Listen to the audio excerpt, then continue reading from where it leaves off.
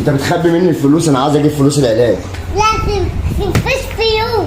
مفيش فلوس ايه؟ ما الفلوس هي انا شايفها هي، الفلوس هي بتخبي مني. فلوس الشغل. فلوس الشغل؟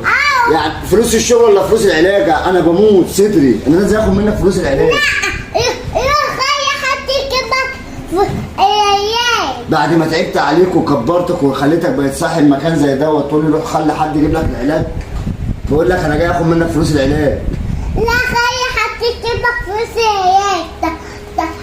بص ده فلوس بس فلوس البضاعة تشكر يا ابني.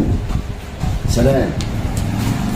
لا بس خلي بالك يا حسين، انت ما ينفعش اللي انت عملته ده. ابوك برضه يا حسين مهما كان هو اللي رباك يا عم وخلاك صاحب محل.